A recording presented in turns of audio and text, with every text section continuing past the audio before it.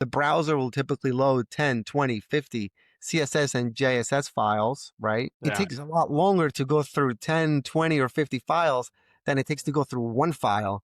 And that's where minification comes in. It takes all these files and puts it into one, and it's much easier for the browser to parse. And if I'm Yeah. not mistaken, it also removes like empty spacing too, right? It literally makes it just one continuous It's line of code. Yeah. So yeah, I mean so it's a much needed thing, but it's also always a pain in the butt. it's Like problematic, but we found websites to be day and night.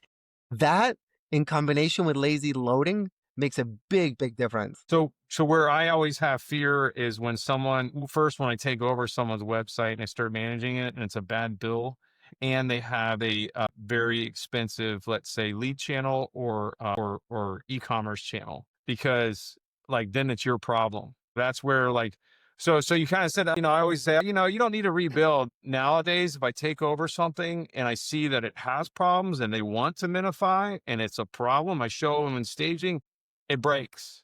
I can fix this, but just so you know, I take no responsibility if it breaks in another area down the road that I can't anticipate.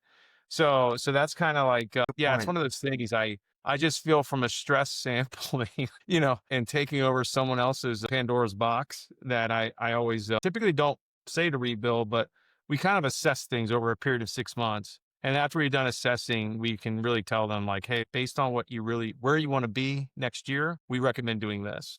And for the most part, it's usually just refactoring, rebuilding code, like the theme and certain things.